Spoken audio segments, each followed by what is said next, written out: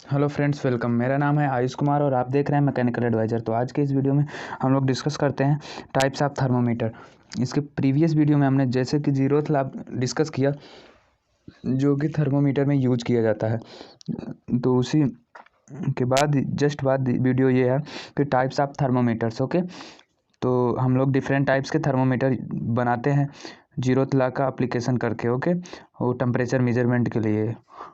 ठीक है, तो उनको वन बाय वन डिस्कस करते हैं। सबसे पहला उनमें जो होता है वो थर्मिस्टर होता है। इसको हम लोग रेजिस्टेंस थर्मामीटर भी बोल सकते हैं, रेजिस्टेंस थर्मोमीटर। ठीक है, रेजिस्टेंस थर्मोमीटर। ओके, क्योंकि इसकी थर्मोमेट्रिक प्रॉपर्टी क्या होती है, वो रेजिस्टेंस होती है। ये थर्मोमेट्रिक प्रॉपर्टीज़ क्या होती हैं, ये सारा चीज़ मैंने प्रीवियस वीडियो में डिस्कस किया हुआ है। तो आप लोग वहाँ से देखकर इसको देखेंगे तो ज़्यादा समझ में आएगा।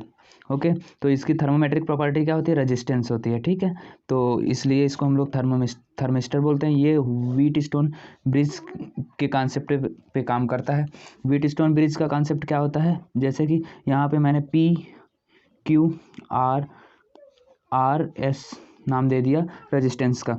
तो यहाँ पर PQ का जो रेशियो होगा वो RS के रेशियो के इक्विवेलेंट होगा, ये व्हीट स्टोन ब्रिज कहता है। ओके, तो अब जैसे कि यहाँ पे हमको ये R फाइंड आउट करना है, 3 हमको नोन रहेंगे रेजिस्टेंस, तो हमको चौथा रेजिस्टेंस मेजर करना होगा। तो इसके थ्रू हम लोग मेजर करेंगे, तब हमको टेम्परेचर वेरिएशन मालूम चल जाएगा। ओके, तो ये प्लेटिनम वायर होता है, जो ये रेजिस्टेंस होता है प्लेटिनम वायर का होता है। इसको हम लोग यूज करते हैं क्योंकि ये बहुत ही सेंसिटिव होता है टेम्परेचर में बहुत ही जल्दी रिस्पॉन्सिबल होता है, ये सेंस कर लेता है टेम्परेचर को, इसलिए हम यहाँ पे प्लेटिनम वायर को यूज़ करते हैं।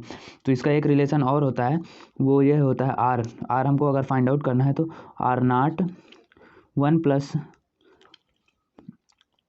Alpha T plus beta T square.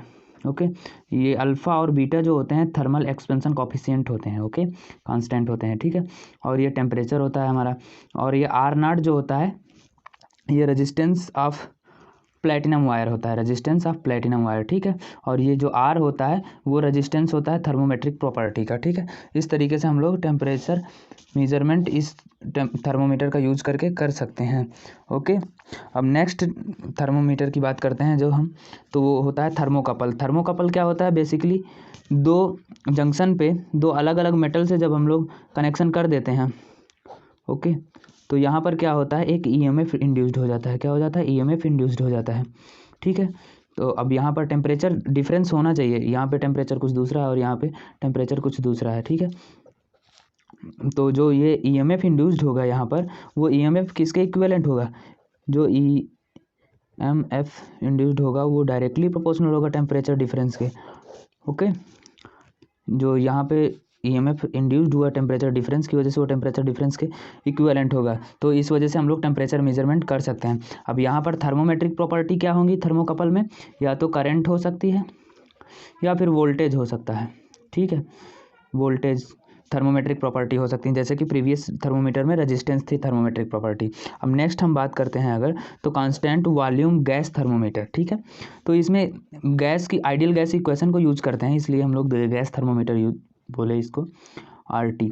Okay, तो अब यहाँ पर ये तो कांस्टेंट है, तो PV directly proportional to T हो गया ना। अब यहाँ पर वॉल्यूम कांस्टेंट हम मान रहे हैं, तो यानी कि इसमें वेरिएशन तो होगा नहीं, वेरिएशन होगा तो प्रेशर में होगा, तो pressure directly proportional to temperature हो गया। तो यहाँ पर थर्मोमेट्रिक प्रॉपर्टी क्या हो गई, प्रेशर हमारी थर्मोमेट्रिक प्रॉपर्टी हो गई। जैसे चेंजेस प्रेशर में आएंगे वैसे ही चेंजेस टेम्परेचर में आ जाएंगे।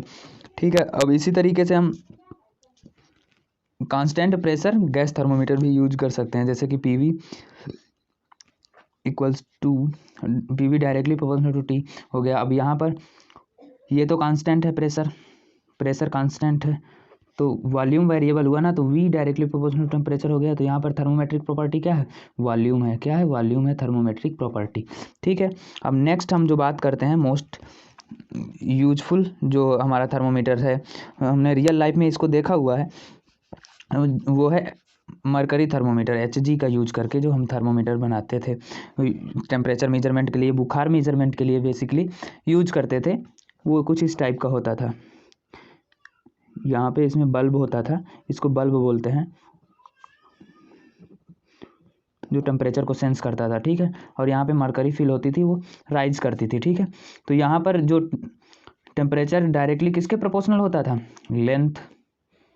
लेंथ ऑफ कॉलम, लेंथ जो इस कॉलम की लेंथ है उसके डायरेक्टली प्रोपोर्शनल होता था, या फिर हम कह सकते हैं volume of column, volume of column के प्रोपोर्शनल होता था। बेसिकली एरिया इंटू वॉल्यूम लिख सकते, एरिया इंटू लेंथ लिख सकते हैं वॉल्यूम को ना, तो ये डायरेक्टली लेंथ ऑफ कॉलम भी कह सकते हैं। तो इसको तो हम रियल लाइफ में भी बहुत ज़्यादा यूज़ किए हुए हैं टेम्परेचर मेजरमेंट के लिए, और बाकी सारे जो हैं वो हमारे अकॉर्डिंगली, एप्लीकेशन के अकॉर्डिंगली हम लोग यूज करते हैं डिफरेंट प्लेसेस पे। तो आई होप कि आपको ये thermistor, thermocouple, constant volume thermometer, constant gas thermometer और मरकरी थर्मोमीटर समझ में आए होंगे, इनके प्रिंसिपल समझ में आए होंगे, इनकी थर्मोमेट्रिक प्रॉपर्टीज समझ में आई होंगी। तो प्लीज़ वीडियो को लाइक करिए, शेयर करिए, चैनल को सब्सक्राइब करिए। Thank you for watching me.